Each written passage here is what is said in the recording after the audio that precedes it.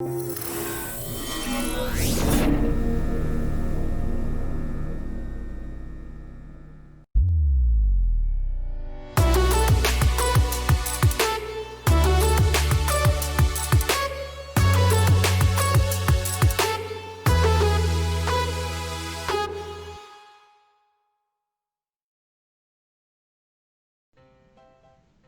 pessoal, eu sou o professor Alexandre Maniçoba de Oliveira. Hoje na matéria de Física Teórica 2 temos a nossa última aula do curso e falaremos sobre interação eletromagnética. Muito bem, então vamos lá.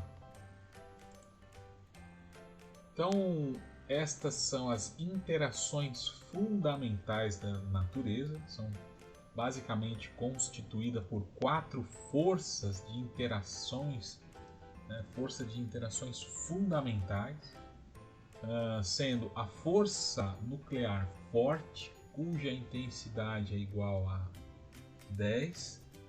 A teoria é a cromodinâmica quântica e a entidade mediadora desta força nuclear forte é o gluon. Então, o gluon é a entidade responsável por manter coesa todas as partículas atômicas. Então, o elétron, o próton, o nêutron, eles se mantêm coesos graças ao gluon. Nós temos de uma ordem da mais forte para a mais fraca. A segunda, mais forte, é a força eletromagnética. Ela é da ordem de 10 a menos 2. A teoria que estuda a força eletromagnética é a eletrodinâmica. E a entidade mediadora da força eletromagnética é o fóton. Depois nós temos na sequência a força nuclear fraca, cuja ordem de grandeza fica na faixa de 10 elevado a menos 13. A área da teoria da física que estuda a força nuclear fraca é a flavordinâmica. E os mediadores, que são dois, os mediadores desta força de interação fundamental são os bósons. Os bósons são os responsáveis pela decomposição desta matéria. Eles são responsáveis por desestabilizar atomicamente as partículas fundamentais. E por fim, a força mais fraca de todas é a força gravitacional. A sua ordem de intensidade é de 10 a menos 42, 10 elevado a menos 42, enquanto que a teoria que a estuda é a geometrodinâmica e a sua partícula fundamental mediadora é o graviton. Bom, aqui nós temos uma representação muito simbólica do que é um gluon, Então, o gluon ele é formado basicamente por o próton, ele é basicamente formado por 3 partículas fundamentais, que nesse caso aqui são chamadas de quarks, o quark down e o down quark e o up quark. Então são 2 up quark e um down quark. E eles estão interligados ou estão sendo mantidos coesos graças ao gluon, enquanto que os bósons tentam desassociar essas partículas fundamentais. Já o nêutron ele é formado por 2 down quarks e um up quark. Então aqui nós temos uma ordem de 1,6 femtometro, que é a distância entre o núcleo dessas duas partículas aqui. Então aqui nós temos uma outra representação do próton, e aqui nós vemos os up quarks e o down quark, todos eles aqui unidos através dos gluons. Agora falando sobre a força de interação eletromagnética, nós temos aqui alguns fenômenos, né? Aqui nós temos um elétron, né? Esse elétron, por algum motivo, ele sofre uma interação com uma outra entidade fora aqui do nosso diagrama de representação. Essa entidade, ela de alguma forma, ela interage com esse elétron, fazendo com que ele desvie sua trajetória, e por conta desse desvio de trajetória, haverá uma diferenciação na energia de transporte desse elétron, que por sua vez vai se manifestar aqui na forma, né, de uma radiação gama, que nesse caso aqui, devido à frequência, a gente chama de radiação gama, mas nada mais é do que um fóton de alta energia. Um outro exemplo, né, é quando nós temos aqui um elétron que acaba interagindo com a sua antimatéria, né, que nesse caso aqui é o pósitron. Então, no encontro de um elétron com um pósitron, surge por sua vez, né, uma manifestação de radiação eletromagnética, que nesse caso aqui, né, é pura energia, não tem mais massa, e nós chamamos de radiação gama, devido à sua frequência, mas nada mais é do que um fóton. Um outro exemplo é quando um fóton encontra um pósitron, dessa interação surge, né, um outro pósitron, só que com uma trajetória diferente, e a decomposição de um fóton, ela se dá na forma de um elétron e de um pósitron. Essas são as 4 possíveis interações fundamentais eletromagnéticas. Falando um pouquinho agora sobre o bóson de Higgs, né? No passado nós conhecíamos, né, a estrutura molecular, passamos a entender o modelo atômico, passamos a partir de então estudar, né, os núcleos, depois os prótons, os elétrons, os nêutrons, até que a gente chegou, né, nas partículas que compõem, né, que são as partículas subatômicas.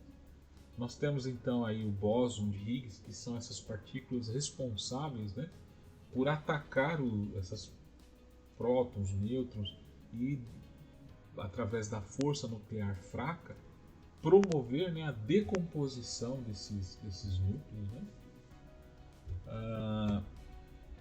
Falando aí sobre o magnetismo, né? Então a física quântica ela surge devido às limitações das teorias da física clássica newtoniana em explicar amplamente os fenômenos como, por exemplo, o magnetismo da matéria, né?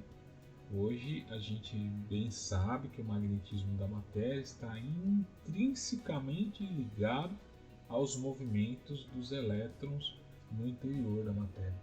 Mais especificamente ao movimento vibracional do elétron, ao seu número quântico de spin, estão relacionados a essas manifestações magnéticas. Um outro fenômeno que não pode ser explicado pela física clássica newtoniana é o efeito fotoelétrico, né? Então aqui nós temos, por exemplo, uma superfície metálica de potássio, quando estimulada com um feixe de radiação eletromagnética com um comprimento de onda de 700 nanômetros, na cor vermelha, por exemplo, nada acontece. Quando essa superfície é irradiada com uma frequência maior, cujo comprimento de onda ele fica menor do que o 550 nanômetros, que é o comprimento da cor verde, o que perfaz aí uma condição de acúmulo energético, de transporte energético, de aproximadamente 2,25 eletronvolts por fóton, a gente obtém uma condição rara, onde o fóton, por sua vez, nada mais é do que o produto da constante de Planck pela frequência de oscilação dessa onda, cede energia suficiente para os elétrons das camadas de valência do potássio, de maneira a estimulá-lo, né, a se desprender dos seus íons, e aí você tem uma liberação de elétrons dessa superfície. Então a esse fenômeno dá-se o nome, né, esse fenômeno de ejeção eletrônica através do estímulo de luz, dá-se o nome de efeito fotoelétrico. Um outro fenômeno que não pode ser explicado pela física clássica é o espectro discreto dos átomos e das moléculas. Então aqui nós temos um espectrograma, comprimento de onda, para cada um desses elementos aqui: hidrogênio, hélio, lítio, neon, sódio, argônio, cobre, zinco, entre outros. E a gente percebe que cada um desses materiais ele possui uma resposta no espectro visível diferente, né? Um outro fenômeno que também não consegue ser explicado é por que o elétron, na sua trajetória orbital em torno do núcleo, não cai, né, e aterriza no núcleo. Porque a gente tem uma ideia muito equivocada da escala do elétron, da escala do próton, quando comparado às suas distâncias. Se o próton fosse, por exemplo, né, o tamanho de uma bola de futebol, o elétron seria, por exemplo, do tamanho da cabeça de um alfinete. E a distância entre eles seria, por exemplo, de um campo de futebol. Então existe muito mais espaço vazio do que matéria num átomo.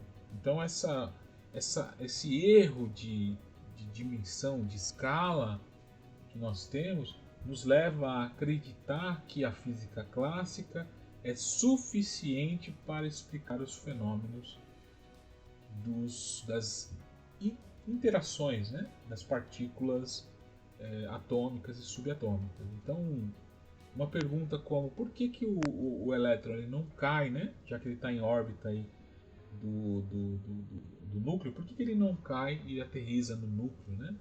Então é um tipo de pergunta que a física clássica não consegue responder, né?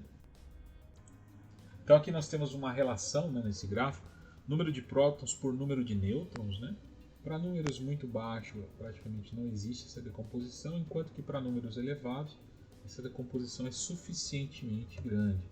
Olha só que interessante, aqui, quando fazendo uma análise, nós podemos observar que existe estabilidade quando o número de prótons e o número de nêutron ele é equivalente, né? Nós temos uma maior estabilidade aqui, né? Essa região preta aqui é a região de estabilidade, né? Onde você tem pouca decomposição nuclear. Aqui nós temos a radiação beta a partir de pósitron, né, ou antielétrons, aqui a partir de elétrons, né?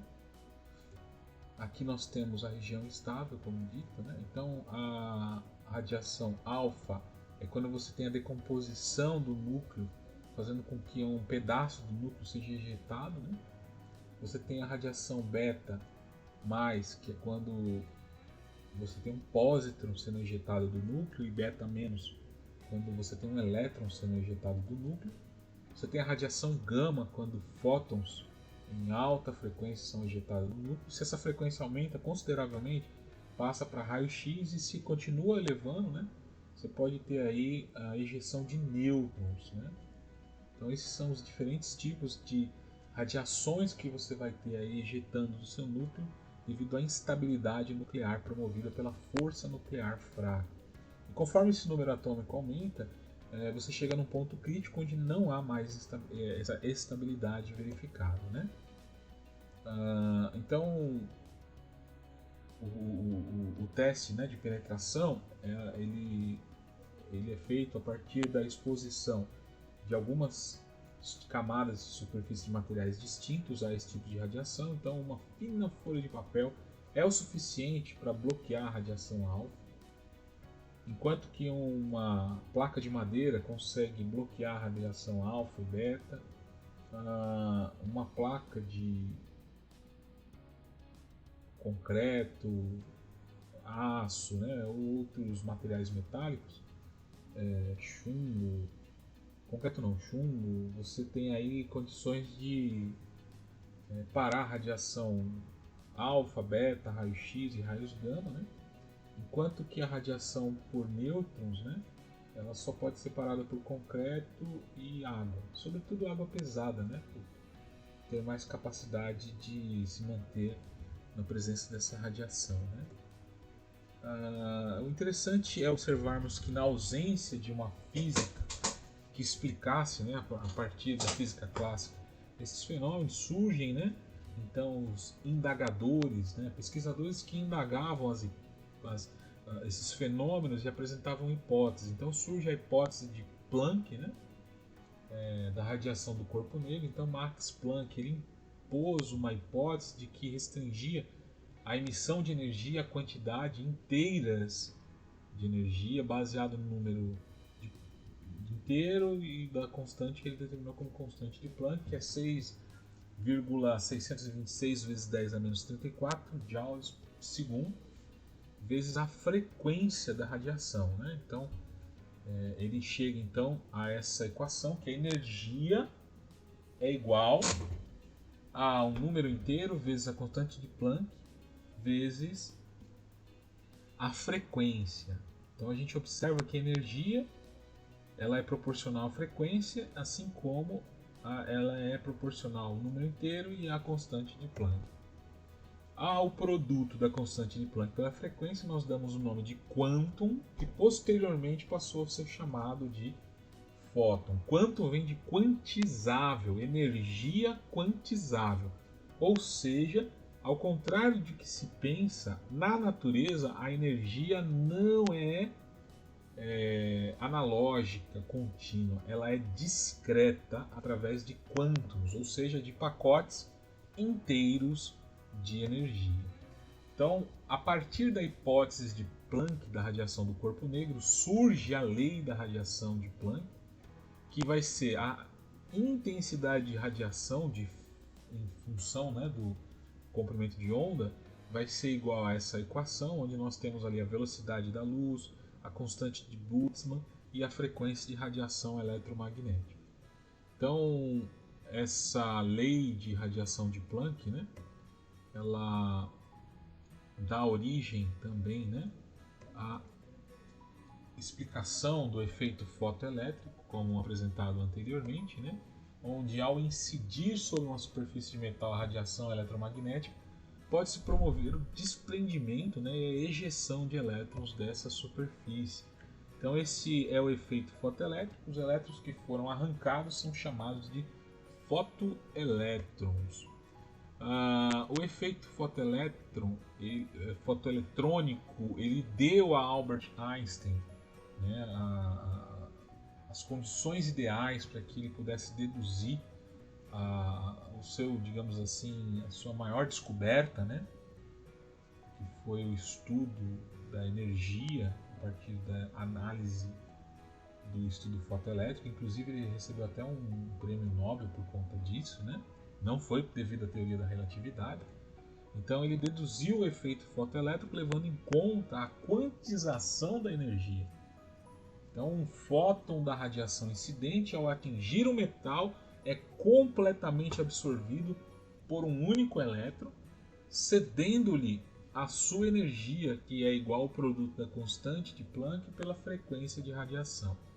Então, com essa energia adicional, o elétron pode escapar do metal, desse íon que o aprisionava. Então, essa teoria de Einstein sugere que a luz ou outra forma de energia radiante é composta por partículas de energia, também chamada fótons. Então, Einstein propõe que essa energia máxima vai ser igual ao produto da constante de Planck pela frequência menos o que ele chamou, né, de uma energia na forma de uma barreira de potencial ou energia cinética na emissão, representada aqui pela letra grega minúscula π. Aqui nós vemos uma fotografia, né, da equipe do Observatório Nacional do Rio de Janeiro, e ao centro nós vemos Albert Einstein. Efeito Compton. Então o efeito Compton também não pode ser explicado pela física clássica, né? É um efeito que evidencia a mais direta das propriedades corpusculares da luz, né? E Compton recebeu por conta disso o prêmio Nobel em 1927, né? A partir dessa descoberta. Então ele incidiu raio-x sobre um alvo de grafite e mediu a intensidade do raio-x espalhado em função do comprimento de onda, né? Aqui está então a análise da intensidade pelo comprimento de onda, né? E quando ele incidia, ele percebia que existia um deslocamento no comprimento de onda, obviamente na frequência do fóton que estava sendo emanado, né, a partir dessa colisão com os elétrons do grafite. E conforme, né, ele ia variando esse ângulo de incidência, ele também percebia que variava aí o comprimento de onda da onda resultante. Então, ele percebe que há um espelhamento Compton, também conhecido como ele percebe que há um espalhamento Compton, também conhecido como espalhamento incoerente, que é uma das formas de interação da radiação com a matéria, e outros são o efeito fotoelétrico e de produção de pares, né? Então, um fóton incide sobre um elétron-alvo, um elétron diferente é ejetado e um fóton diferente também é ejetado em direções diferentes das direções anteriores. Então, o espalhamento Compton ele acontece quando um fóton incide, né?